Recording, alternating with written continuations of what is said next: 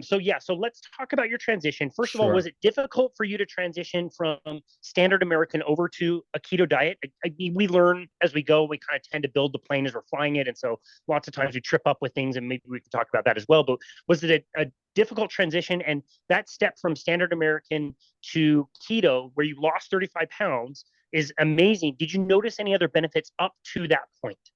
Up to that point, mostly just the weight, but a little bit of mental acuity. And mostly the side effects when your body was adjusting, because my gut bacteria was used to the sugar. I think those little guys were really angry. I wasn't feeding them anymore. So, they were reacting. Not too much of the supposed keto flu, which is, because I learned about electrolytes, because when you first eliminate your carbs and sugar, normally a normal person eating the standard American diet is consuming well over 200 total grams of carbs a day. You're going down to 20 or 30 a day. Your body reacts, and because it's going through a withdrawal, and a lot of that, the water goes out, and with the water go the electrolytes, and so that's a lot of the keto flu symptoms. So I learned to supplement with potassium, magnesium, and sodium. I had no keto flu. The first, I just was just amazed at how within about 2 weeks, the desire for sugar left my taste buds. The urge, the cravings just disappeared.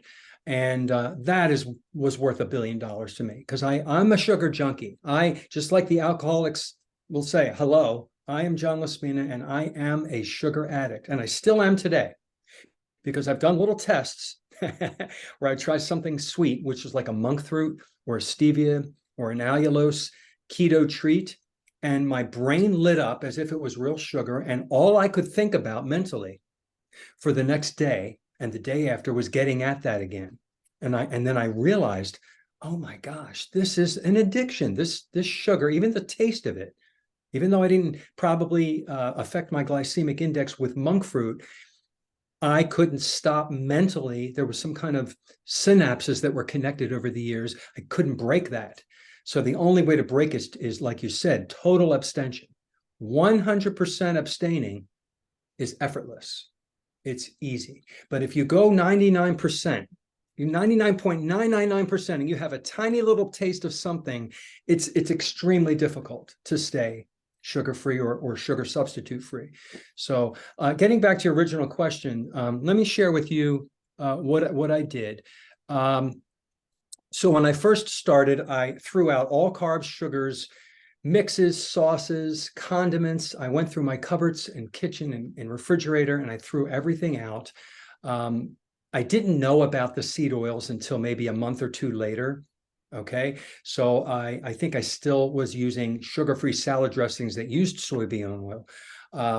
And then, of course, I went shopping, went around the edges of the grocery store. I bought beef, I bought lamb, I bought pork, bacon, I bought chicken, I bought lots of fish, the little canned fish. I love salmon, eggs every single day, and I cooked in butter, but I didn't know about the other cooking oils yet.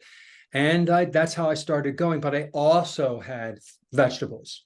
Okay, I was doing just keto, so I thought I had to have vegetables, because it is pounded in our brains. You have to have so many servings of fruits and vegetables to get your vitamins and minerals. I still see it on TV, and I'm throwing my shoe at the TV. I get so angry. It's the misinformation. They sell the capsules. It's so prevalent out there. And so I thought I had to have my broccoli and my asparagus. And back then, I thought I had to have spinach, and I had chia seeds, and I had lots of cinnamon. I mean, you name a high oxalate spice or food, I combined them all because they were low in carbs. That's all I knew, right? That's all I knew. Yeah. So I lost the weight. A year or so went by.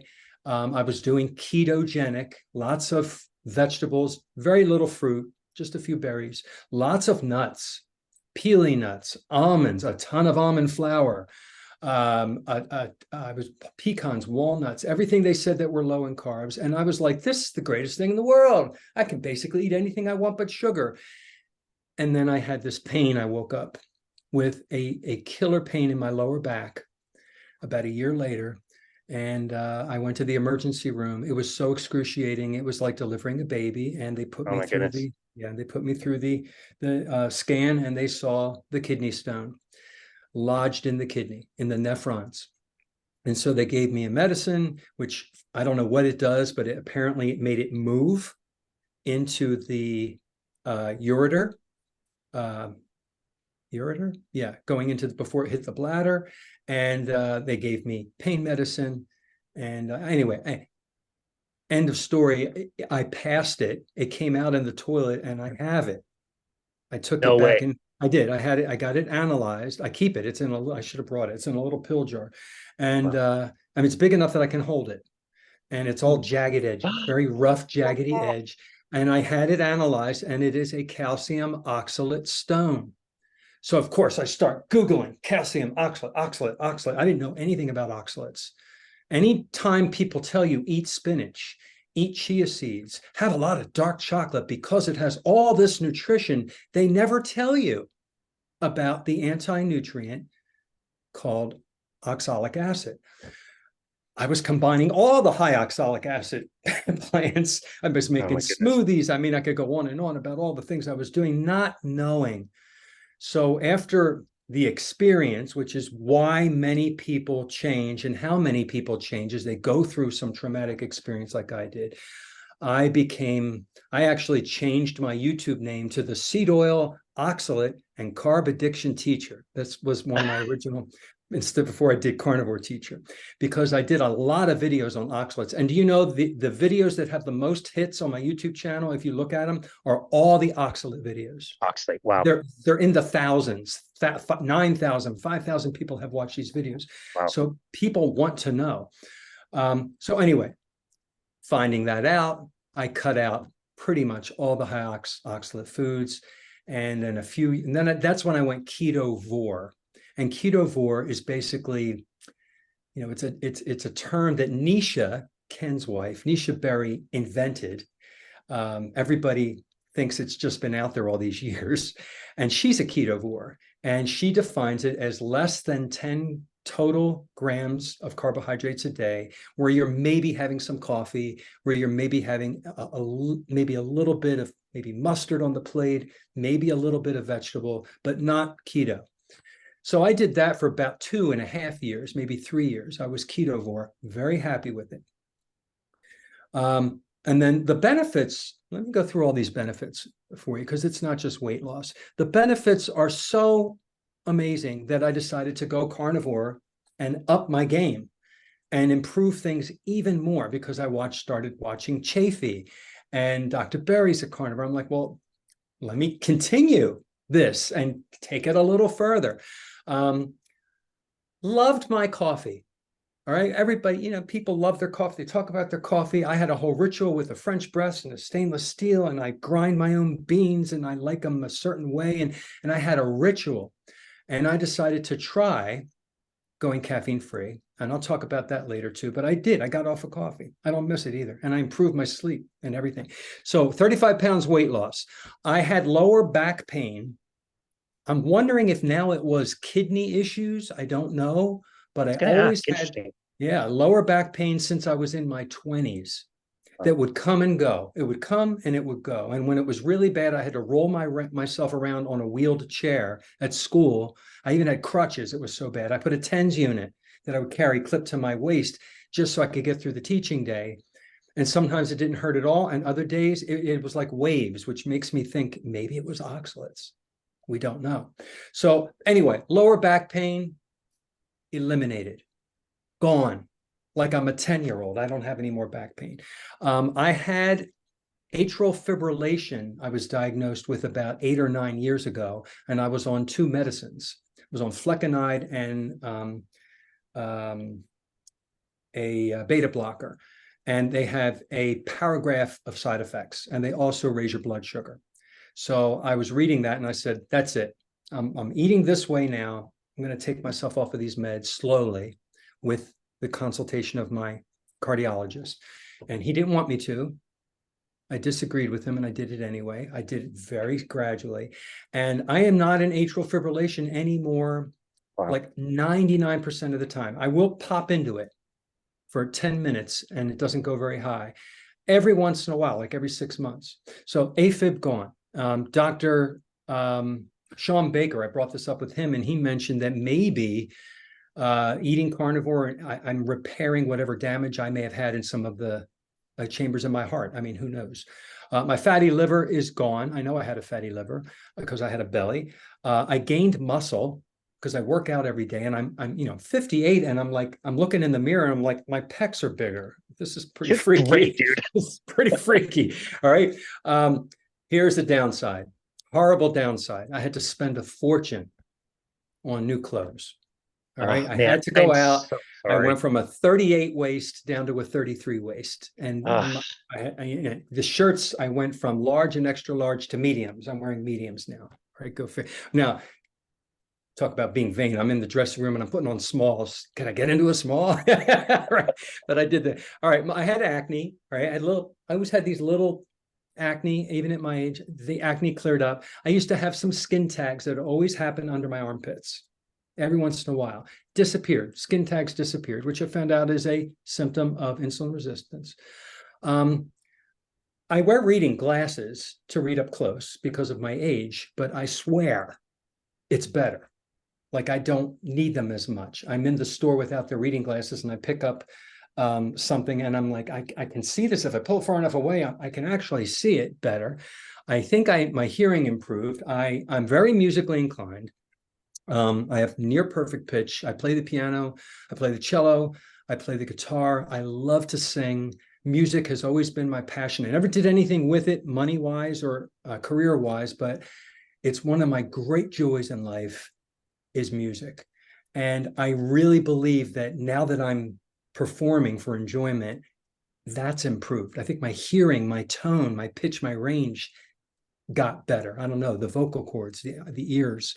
Now, ever since I was in first grade, we're talking 5 and 6 years old, I ripped and bit and tore at my nails and cuticles all my life. I ripped and I would hide them from people. And then later on, I would take the nail clipper and fix it. And then I couldn't stop. It was almost like popping those plastic bubbles, pop, pop, pop, you can't stop. It just ceased. I noticed maybe about 6 months after I started, I don't have an urge to do that anymore. It just stopped. And I of course, Googled it. I'm like, this is a type of obsessive compulsive disorder that I had all my life. It just vanished. The ketones, I believe, repaired that in my brain or something. I mean, I don't know. Gum and teeth health. I had a lot of dental work done. I have an implant. I have lots of crowns. I've had root canals. I've had my wisdom teeth removed. I have braces. I hate the dentist. And I go once a year for a supposed cleaning and they almost can't find the plaque. It's just amazing because, of course, the sugar creates the plaque and the tartar in the cavities. Right. And I've had receding gums and my gums are not receding anymore. So just like it's not just weight loss. It is all these wonderful things. I know I don't have any hair, but I used to get dandruff in my eyebrows and, flaky skin disappeared. My skin's like moist. I used to get sinus infections, 2 or 3 a year, painful, colds. I didn't get the flu much because I always got the flu shot because I'm a teacher and I didn't want to get it from the kids. And I never got the flu, but I would get a lot of colds and sinus infections. I haven't had one in 5 years, Casey. 5 years. Freak me out, right? Like I just, you notice it. You're like, I haven't been sick. This is just amazing. Maybe part of it has to do with, the COVID time and we weren't near everybody. I don't know. My mental focus improved, comprehension. I discussed that I had to renew my teaching certificate one time before I retired. And, you have to take all these classes and write all these papers and read all these things you don't want to read. And this particular time around, because I was ketovore at the time, my concentration was on. I got it done faster and I retained the knowledge. My focus is like laser focus. I may have had a little ADD for all I knew, and I don't have it anymore. I don't know. Depression, I had the emotional roller coaster, I believe, because of the carbs and sugar. My mental state is just steady or up all the time.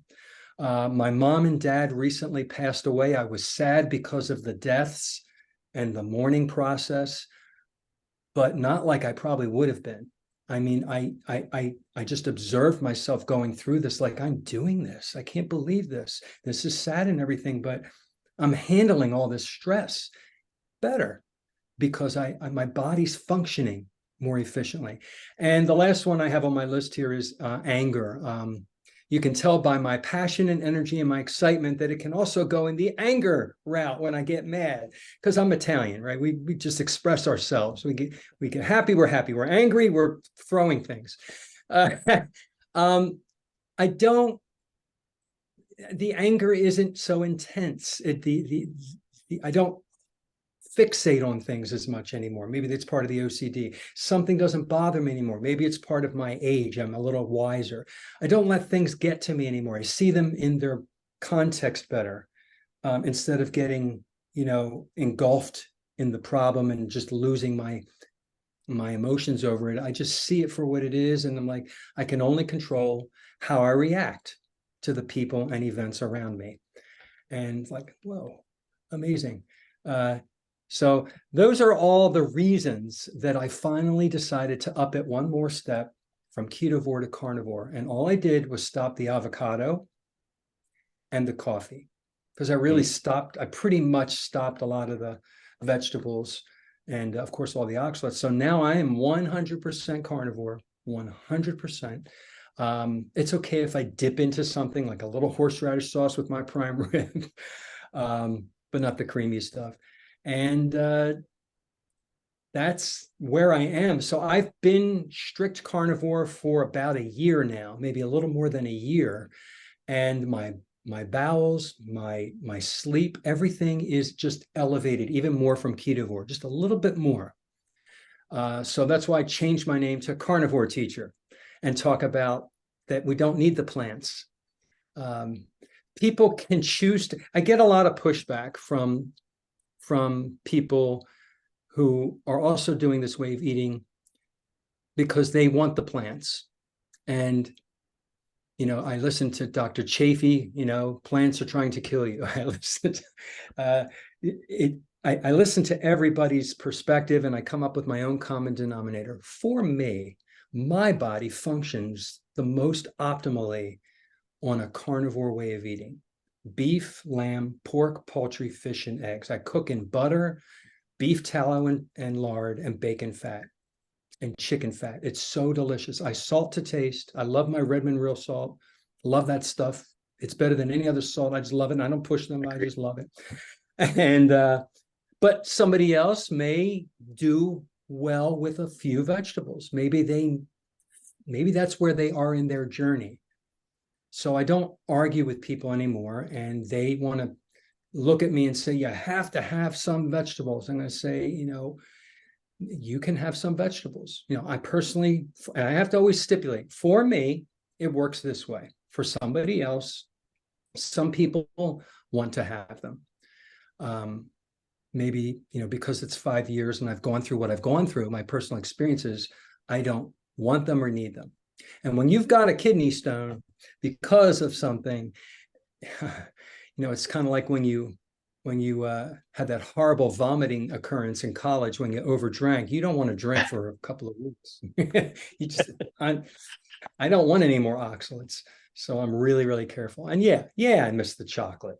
I don't miss spinach, but I miss the chocolate. But I don't crave it. That's the cool thing.